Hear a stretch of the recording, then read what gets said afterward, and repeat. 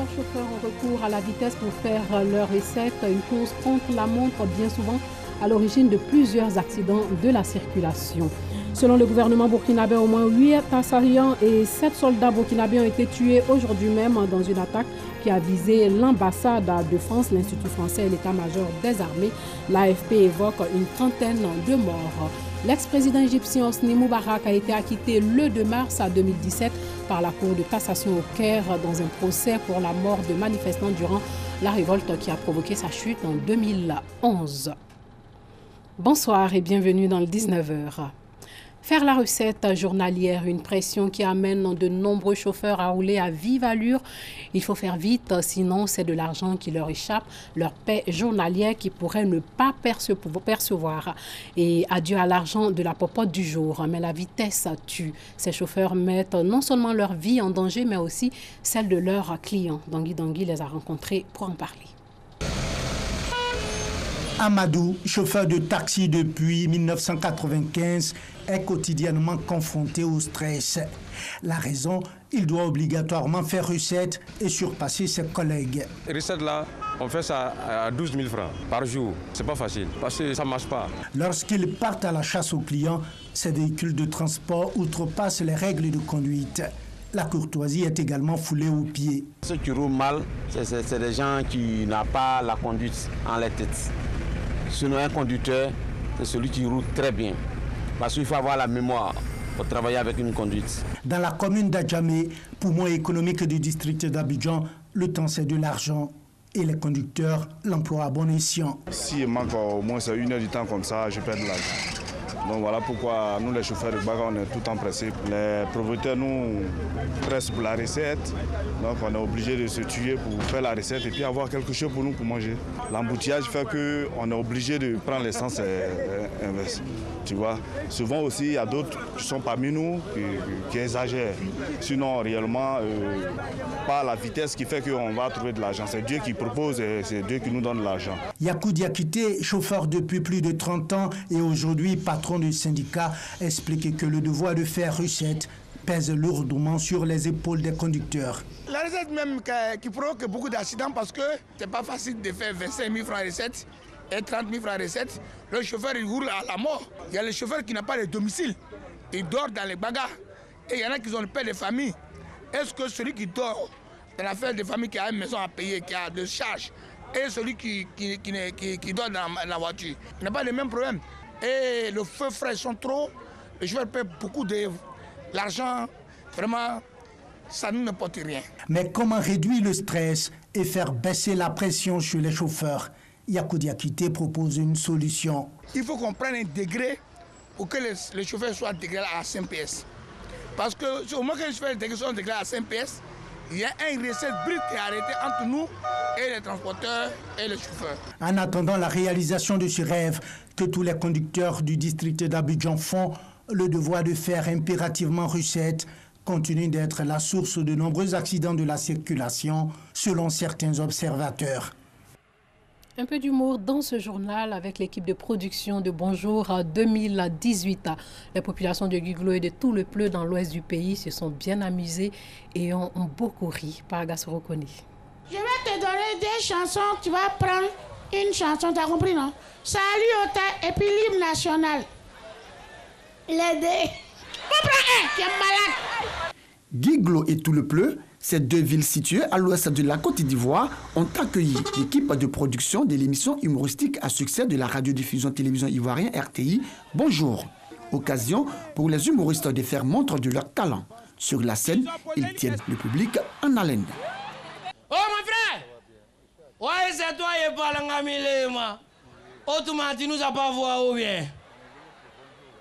Pas ici! Tu nous as pas vu? Regarde, ah, bah excusez, je vous ai pas vu puisque je suis myope. Quand tu es à qui? Dis je suis myope. Et dis tu es malade. Chez vous au myope là-bas, il n'y a pas militaire? Présente-toi. Bonsoir à tout le monde, je m'appelle Ludovic Gadé. En réalité, je montre je suis à l'état civil. Digbe Seri tapé Babiba Sereko et Kadavre, le Koda Makatsukamé, dit Dagobert, ma gloire. Un de ces 4 matins, dans un maquis de la place En train de lever, j'ai commencé à tousser. La go pensait que c'est parce que j'avais la toux, mais l'odeur de sa bouche, ça pouvait me tuer. La présence de Bonjour à Guiglon est à tout le pleu, une initiative de la ministre de la Salubrité, de l'Environnement et du Développement durable, Anne-Désirée Oloto, fille de la région. Je suis venue ce soir avec un seul message.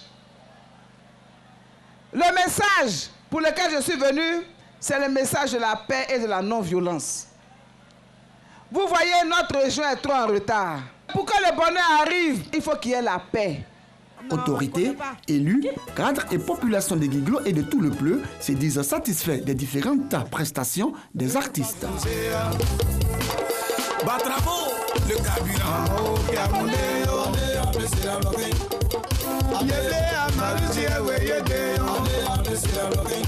Les humoristes entendent garder le cap pour la prochaine étape au stade de Korogo le samedi 3 mars prochain.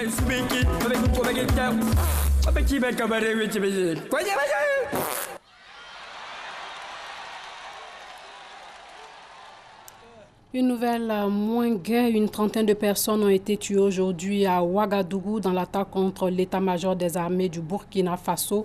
Au moins 8 assaillants et 7 soldats burkinabés tués et au moins 50 personnes blessées, selon le directeur central des services de santé de l'armée burkinabé. Ces attaques ont visé l'état-major général des armées et l'ambassade à Ouagadougou ainsi que l'Institut français. De nouvelles violences communautaires survenues dans le nord-est de la République démocratique du Congo ont fait au moins 49 morts dans la nuit d'hier à aujourd'hui. Ces violences ont opposé les communautés Ema et Lindou dans la province de l'Ituri. Le différend pour les terres entre éleveurs Ema et agriculteurs Lindou en Ituri est une des nombreuses sources de violence dans l'est de la RDC. En France, les crèches privées connaissent une croissance insolente et pour se démarquer, les leaders du secteur se sont lancés dans une surenchère d'innovation allant jusqu'à expérimenter une crèche 4.0 truffée d'objets connectés. Cette crèche s'appelle Secret d'enfant. Elle a ouvert il y a quelques mois à Paris. Un appareil pour mettre automatiquement des surchaussures aux pieds des papas et des mamans. Bienvenue à la crèche Secret d'enfant en plein cœur de Paris, une crèche privée qui a ouvert en septembre et se veut pilote en matière d'innovation.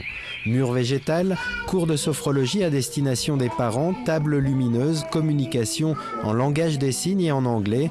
La petite quarantaine d'enfants a droit aux dernières nouveautés, comme par exemple cette salle de repos où on leur projette des nuages sur fond de musique douce. C'est pour créer un environnement, une atmosphère apaisante pour l'enfant. Parce qu'il y a des moments où il a besoin de se recentrer sur lui-même et de pouvoir du coup être tranquille, pour pouvoir jouer. Si le Wi-Fi reste pour le moment strictement interdit, les nouvelles technologies font petit à petit leur apparition, avec déjà un robot aspirateur ou encore de premiers jeux vidéo. Attention, voilà. The green. Just burst the balloon, this one. Bien que toute récente, cette crèche parisienne n'est qu'une ébauche de la crèche du futur imaginée par ses dirigeants.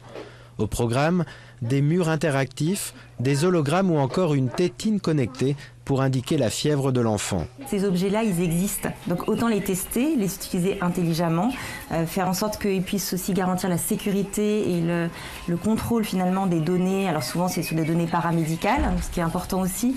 Et après, la limite, elle sera toujours à quoi ça sert pour l'enfant et à quels besoins ça répond.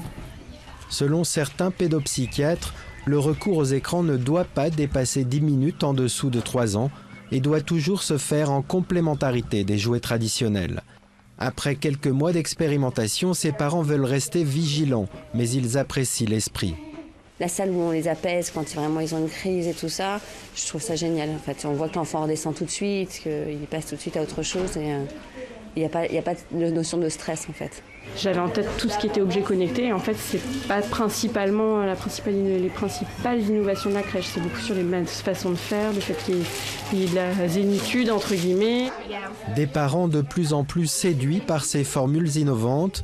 Mais encore faut-il trouver des places. Aujourd'hui, seuls 16% des enfants de moins de 3 ans sont accueillis en crèche.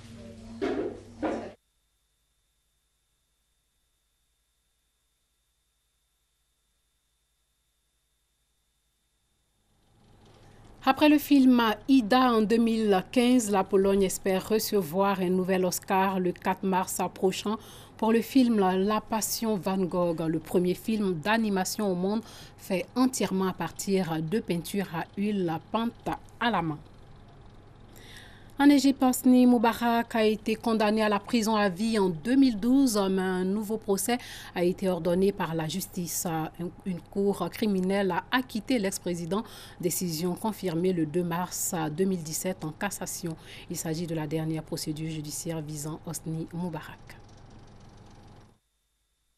L'ex-président égyptien Hosni Moubarak acquitté définitivement par la Cour de cassation. Ce nouveau procès au Caire, la capitale, visait à déterminer sa responsabilité pour la mort du manifestant durant la révolte qui a provoqué sa chute en 2011.